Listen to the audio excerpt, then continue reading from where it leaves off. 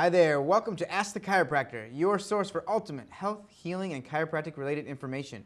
I'm Dr. Adam Rodnick out of Commerce Township, Michigan, and we're here with our co-host, Dr. Alex Rodnick, also out of Commerce, Michigan. Thank you, Doc. Good to have you here. So we'd like to talk today about, we're getting into winter now, we'd like to talk about a few different things associated with winter that people often have health-related problems because of and cause injuries because of. Today we're going to talk about snow shoveling, we're going to talk about slip and falls on the ice, we're going to talk about fender benders, as a car sliding to the ice, minor accidents, and we're going to talk about asthma as associated with cold weather and winter. So let's get into snow shoveling first. I know we see a lot of people in our office that come in because they hurt themselves snow shoveling, or you can even throw in raking leaves and things like that before winter season starts. But definitely snow shoveling is a big one. The big problem with snow shoveling isn't necessarily the act of doing it. It's that people have poor posture, poor ergonomics, and when they're lifting and they're twisting, and they end up causing an injury because of that. Now, I'm gonna pull up a model here. This is a model of the lower back, and you can see each individual vertebra, and there's a disc in between those. Now, what can happen a lot of times is when we're snow shoveling, we don't bend our knees. We're bending at our waist, which is wrong. That's the improper way to lift anything. And so when we're bending forward, it's actually putting all the pressure of our entire body down on these discs. So they're very strong, so they can withstand a lot of force. But you keep shoveling that snow, and eventually you end up hurting yourself. But even worse is when they're bent forward and then they twist, and those vertebrae can misalign. And when that happens, it can actually pinch off the nerves coming out through the lower back here. So we have what we call a 10-to-1 ratio in these bottom couple discs in the spine. And you always hear people say, when you're lifting, bend with your legs, bend with your knees, and not your back. And of course that's true. But the reason why, that's what most people don't know, is that the back operates on a 10-to-1 ratio. So everything you're lifting with your back, when you're leaning forward, lifting with your back, you're putting 10 times the weight of that object directly as compressive force on the discs in the bottom part of the lumbar spine. 10-to-1. So if you're lifting just a 10-pound object, you're putting 100 pounds of pressure on those bottom discs. Now meanwhile, usually when you're bending over and lifting, you're not only carrying that 10-pound object, you're also bending over, an 80-pound torso, which is putting almost 800 pounds of pressure then on these bottom couple lumbar discs. And that's what can also cause the disc to bulge, herniate, or rupture. So we have a little model there to show what a bulging disc will look like. You could show that to our audience there, Doc. Okay. So this is a disc herniation here. And let's see, we got a normal disc, should be nice and thick here, and give lots of space in between each vertebra for the nerves to come out. Now, the inside of the disc is actually mostly made up of water, and the water, it's kind of like a water balloon. Like if you push on it, the water moves around equally. Well, if there's one area where the outside of the disc, where it's mostly very dense ligament, gets stretched or torn, then the water part will actually push towards that weakest area. And so here you see it's a bulging disc is where the water kind of just bulges out just a little bit. And then once it actually pushes through, and this is what's called a disc herniation, where it's actually the disc is now going to be putting pressure right on that nerve. And once that past that is when it actually ruptures, and it's a ruptured disc, then the fluid, the material is actually leaking into the nerve tissue and into the spinal cord. And that's also called a disc sequestration. And it's also called bad news for whoever it is. Bad news bears, yeah. Exactly. So that's a couple of big things on snow shoveling. So the biggest thing is that they bend forward rather than staying upright. When people are bending forward, again, they're putting that 10 times the weight onto those discs, onto that lower part of the spine. So the best way to snow shovel, we want to bend our knees slightly and keep our body upright rather than that bending out forward. And the other thing that we see a lot of people do, and of course also when they herniate the disc, these bottom few nerves, which you can see on our model here, they come down and they form the sciatic nerve. Now, a lot of people hear the term sciatica, or they think they may have sciatica or sciatic nerve, and they have no idea what it is. So I'd like to explain a little bit to our audience what that is. These bottom couple of nerves here, as you can see, they come right down, and as they come down, this is the tailbone or the sacrum. As they come down through and past here, they go down the leg. So when people get that numbness and tingling or that radiating, burning pain or the lightning bolt type of symptom down their leg, that's what can be affecting the sciatic nerve. And usually what happens is the problem isn't down here in the leg and the sciatic nerve. The problem is most of the time right there in the lower back where it's irritating, pinching on the nerves or on the disc, or the disc is irritating on the nerve, and then it sends the signal and radiates that lightning bolt right down that nerve, down the leg. So a lot of times it can cause muscle weakness in the legs, and again, that numbness and tingling in the lightning bolt. So the other thing we see people do with snow shoveling all the time is they irritate or aggravate the ribs because they reach their body way out. Now if you look at someone from behind, you'll see that they have their scapula or the shoulder blade. It's like a big shield right around the ribs. So you see here my shoulder blade is a big shield right around the ribs where they attach the spine. The ribs actually, they come in and they attach to the spine on both sides. They come around the front, they attach to the sternum or the breastbone. And the ribs come around your body and they attach to part of the spine, what we call the costotransverse joints, is right where they attach. So a lot of times what happens with snow shoveling or with raking leaves or different things like that, people will reach out forward. When you reach the arm out too far forward, that scapula or shoulder blade will move slightly off the way and it won't act as a shield anymore around those tiny little ribs. And so what will happen is those ribs can move out of place just a little bit. Now imagine every time you breathe in and out deeply, the rib cage expands and contracts, expands and contracts. So if one of these ribs is out of place here, every time you breathe in and out and expand and contract, you feel that stabbing, aching pain. So really stabbing, sharp, achy pain right in that same spot. And a lot of people have that and they have no idea what it is. They feel like every time they take a big breath, it catches them or it stabs them. And most of the time what that is pain in the ribs. It's a stabbing pain, and it's something that as chiropractors we fix very easily in our office, and it's something that if we leave there too long and someone has it for 9 months, a year, a lot of times their body will try to compensate, and unfortunately as they try to compensate, the body will try to turn in the sternum to take some pressure off, and a lot of times that can cause a little twisting in the pericardial sac and cause heart palpitations and really difficulty breathing. So eventually if people don't address it or if it doesn't go away on its own, can cause some very major detriments to their health, but it's something that we can really easily fix. So if somebody does have that and they hurt themselves shoveling snow or raking leaves, so it's a very easy fix for us. And for anybody who's dealt with this, they can tell you this is not a fun time. It's excruciating. Every time you try to breathe, it feels like somebody's sticking you with a knife,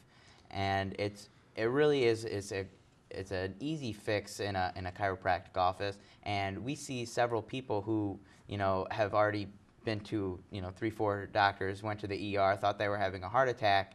They said, no, your heart's fine, there's nothing wrong with you, go home. And meanwhile, they can't breathe, they're in excruciating pain.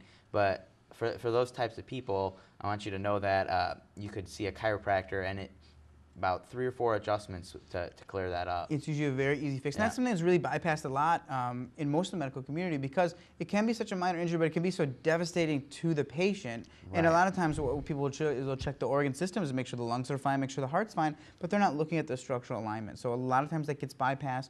People are just taking over-the-counter painkillers or muscle relaxers for this, but it's not affecting the structure where that rib is just popped out of place just really slightly, and it's really affects their daily lives. So let's move on and talk a little bit about, as the snow starts coming, slipping and falling on the ice. We see a lot of times that people, they didn't see the ice, it's on blacktop, so it looks like black ice. They didn't think it was there, and they slipped just a little bit. They either fell down, or a lot of times even worse than when they slipped and fell down is when they almost slipped, but they caught themselves, and they caused more damage to themselves than they may have if they actually fell.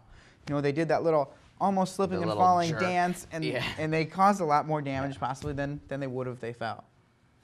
So when that happens, when they do the slipping and falling dance and almost fall, a lot of times what can happen is the muscles, they're using a lot of muscles they don't normally use to catch themselves to stay up. So these tiny little muscles, as they tighten up really hard in certain areas, especially where they're paraspinal muscles right around the spine, it's muscles they don't use as often, they tighten them really hard. And a lot of times it can cause the vertebrae to slip out of place just a little bit. And we can see here the green light is blinking, normal healthy supply of nerve supply here, no pressure on the spine, no pressure on the nerves, and they just slide out of place just slightly because what we call subluxation can cause some irritation or pinching in those nerves. Just like we talked about, they can also have that in the sciatic nerve like we talked about earlier from the near fall and slipping on the ice too, but they can have that in other areas of the body. A lot of times we'll see people get those in their neck, maybe then get numbness, tingling on their arms. We can see them get that in other areas of the spine that go to things that we don't necessarily feel that can affect organ function, the immune system, other things like that.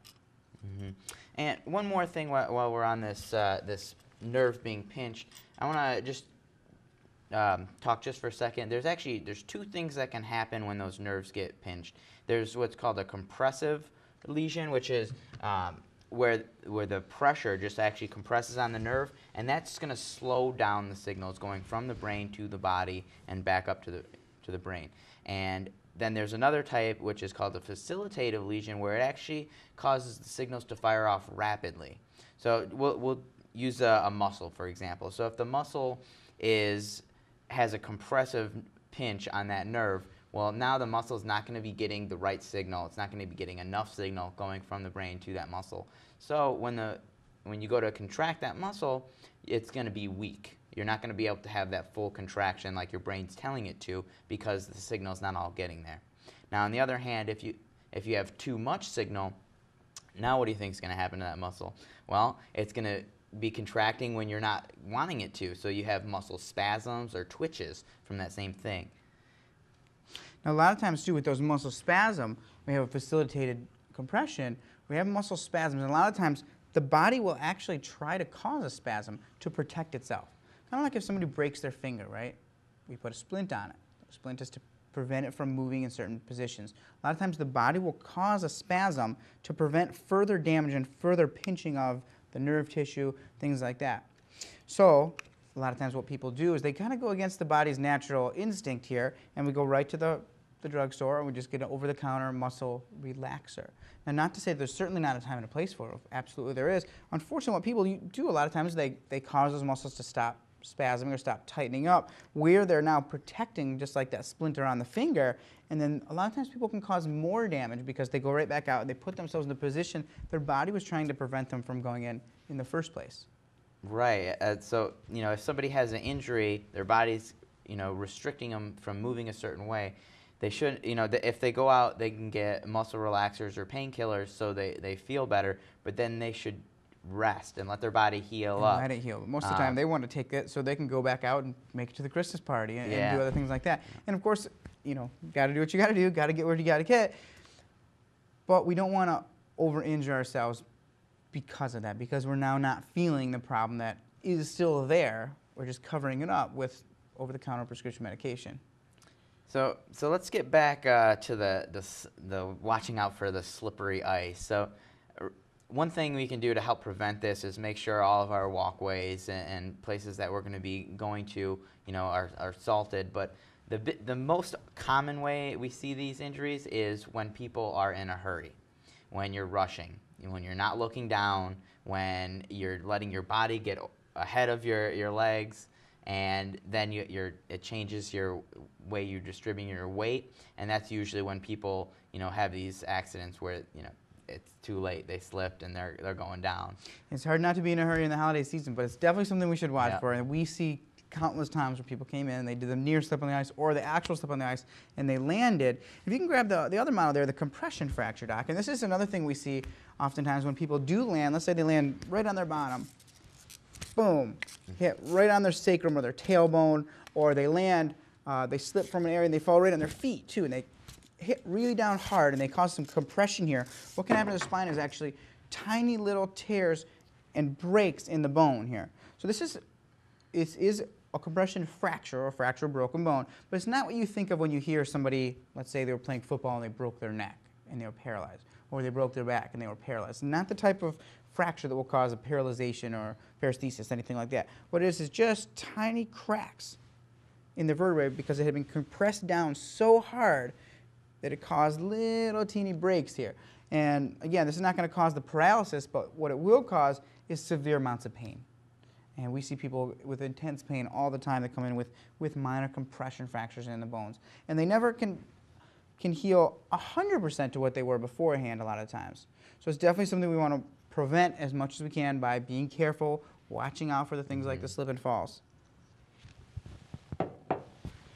So that's slipping on the ice. Let's move on and talk a little bit about fender benders. And this time of year, we see more of those than ever before, too. People slipping and going right off the road, hitting trees, hitting snowbanks, people just spinning their car, and then, of course, little Fender Benders. Yeah, Someone's parked a red bad light, can't quite accidents, too. stop. We see the skid, and of course the bad accidents too. But even these minor accidents, let's talk a little bit about minor accidents and major accidents. Even in the minor accidents, they've been doing studies on whiplash, and even as slow as 5 miles an hour, 10 miles an hour, you can still cause severe whiplash in your neck, which is a big problem, and it can be very painful, and it can also lead to further problems such as arthritis if left untreated. Now, I always talk to people about when something's out of alignment, kind of like a car. Let's say the car's out of alignment, tires are going to ball, parts are going to wear out faster. And the same thing happens with the alignment in the body, whether it's from improperly snow shoveling or slipping on and falling on the ice or these type of car accidents. We can get alignment issues. When we have alignment issues over time, these joints wear out faster. Now, I take x-rays on people all the time, and I show them, you have arthritis in this area of your spine. They say, well, doc, I'm getting a little older. Of course, I should have a little arthritis now. Well, why would they have arthritis just here, not up here, not down here? If this vertebrae is out of alignment, which you can now see here, it's grinding on the joint, it's irritating on the disc, irritating on the nerve, majorly subluxated, misaligned. Over time, of course, this one is going to wear out faster than the ones that are in perfect, proper alignment. And so a lot of times what we see is people will have things like these Fender Benders in the winter, and they'll think nothing of it.